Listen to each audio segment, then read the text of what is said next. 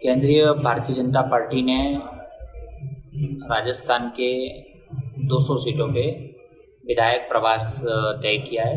संगठनात्मक बातें और राजनीतिक जो गतिविधियां चल रही है, हमारी जो योजना चलती है, ऐसी सारी योजनाओं को नीचे तक लागू करना और साथ साथ जो कांग्रेस सरकार की जो अनीतियां रही है, चाहे वो किसान के प्रति हो, युवा के प्रति हो, महिलाओं के प्रति हो, ऐसी सारी जानकारी हमें मिली है।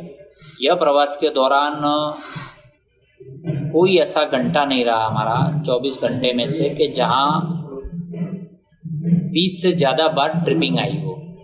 सारे के सारे हमारे आमेर के प्रदेश में, आमेर विधानसभा के अंदर किसान सारे जन आक्रोश में हैं। उनकी नीतियों की वजह से, कांग्रेस सरकार की युवाओं की नीतियों की वजह से हर एक युवान उम्मीद करता है कि मैं आज सरकारी अफसर बनूं, लेकिन जब भी वो एग्ज़ाम देने जाता है तो देखता है कि आज पेपर लीक हो गया। किसान ये राह देख रहा है कि कब हमारी कर्ज माफी होगी। किसान हर रोज बिजली की कटौती से परेशान है, पानी की परेशानी से परेशान है और साथ साथ में महिलाओं का उत्पीड़न जो ज़्यादा हो रहा है, उसकी वजह से पूरे हमारे विधानसभा के अंदर जो 5 मंडल में हमारे विजिट हुई, उसके दौरान हमें नीचे तक का लोगों का मत जाना, तो वहीं सारी बातें ऊपर कर आई है कि इस कांग्रेस के सरकार के प्रति बहुत सारा जन आक्रोश है और ये जन आक्रोश आने वाले समय में भारतीय जनता पार्टी को बहुमत दिलाएगा, ऐसे हमें पूर्ण रूप से विश्वास है। उसके साथ साथ हमारे यहाँ विधायक भी है और साथ हमारे सांसद भी है, हमारे कई पंचायत समिति के सदस्य भी है, ब्लॉक प्रमुख है, म्यूनसिपालिटी के यहाँ पे वार्ड के मेंबर है।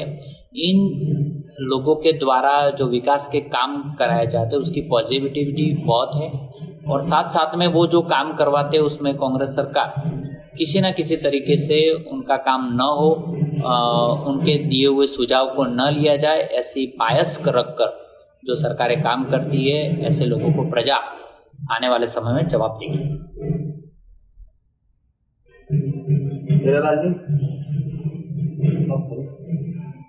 सर, अभी सत्ता में कांग्रेस की सरकार है, कितना बड़ी चुनौती मानते हैं इस बार बीजेपी के लिए?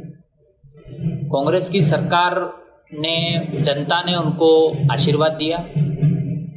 4.5 साल से ज़्यादा समय हो गया है और मैं जो आमेर विधानसभा में अभी जो प्रवास किया है उसके तौर पे हमने बहुत लोगों का रिव्यू लिया है। दलितों, पीड़ितों, शोषितों, वंचितों, इन सब में जो युवाओं में, किसानों में, महिलाओं में इतना बड़ा जन आक्रोश है कि इनकी सारी नीतियां गलत तरीके से, हिंदू विरोधी मानसिकता रखने वाली सरकार, कई जैसे कि पवित्र यात्रा खाटू श्याम जी का मंदिर पे अगर यात्रा जाती है तो डीजे को बैंड कर देना, वहां जाकर इनको 144 की धारा लगा देना, ये जो इनकी नीतियां रही है ये दिखाती है कि कांग्रेस अपनी जो तुष्टीकरण की राजनीति करती है वो साफ तरीके से दिखाई देती है और ये जनता जान चुकी है।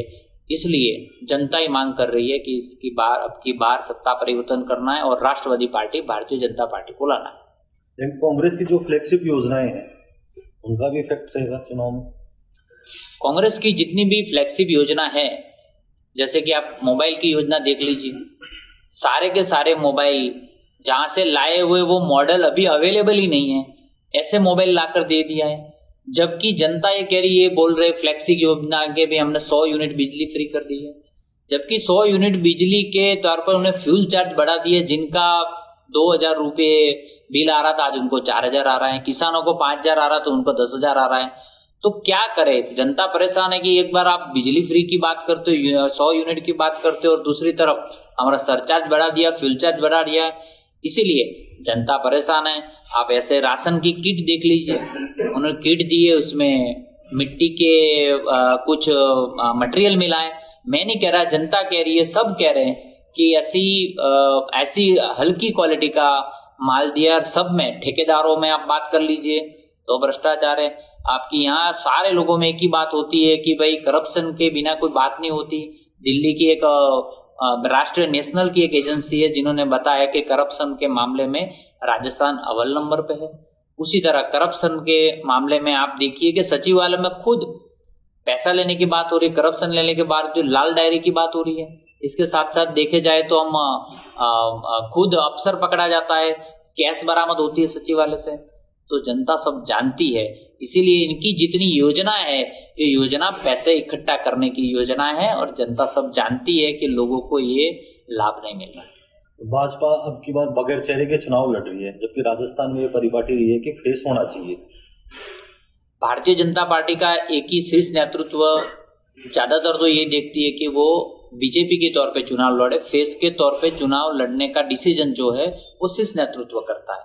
इसीलिए जब भी आप देखिए, चाहे कहीं पर भी राज्यों में हो, तो चेहरा तो वो भारतीय जनता पार्टी खुद का चेहरा है। हमारे पास बड़े बड़े चेहरे है ही, जैसे कि नरेंद्र मोदी जी हमारे लिए चेहरा है, अमित शाह जी हमारे लिए चेहरा है, और सबसे ज्यादा हमारे कार्यकर्ताओं के अंदर कमल हमारा चेहरा है।